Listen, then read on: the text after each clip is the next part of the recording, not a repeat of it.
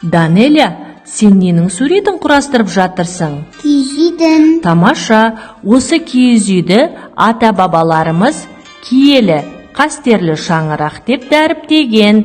Сен киіз үйдің қай бөлігін құрастырып жатырсың? Шаңырақ. Бір шаңырақ астында тату-тәтті тұратын жандарды отбасы деп атаймыз. Мен Болат Данелямын. Біздің отбасымызда Арқа тауы әкем, аяулы анам, қамқоршы әпкем және мен тұрамын. Мен анамнан бақытты отбасы деген қандай болады деп сұрадым. Анам маған бір шаңырақтың астында бір-бірін қолдап, сыйлап, қуаныш пен қиындықта бәрі бірге болатын жандарды нағыз бақытты отбасы деді. Анамды тыңдап отырсам, дәл біздің отбасымызды айтып отырғандай.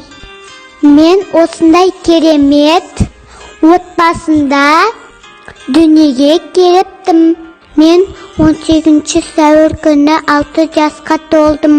Туған күнімді отбасымен бірге өткіздік.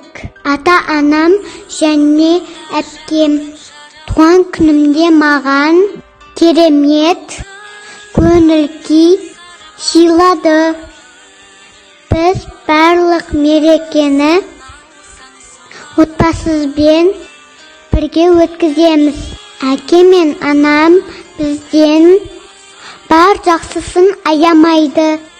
Ал біз әпкем екеуміз сабағымызды жақсы оқимыз. Анама үнемі көмектесеміз. Сіздерге рахмет.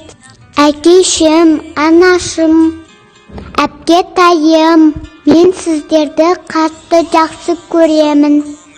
Біз әлемдегі ең бақытты отбасымыз.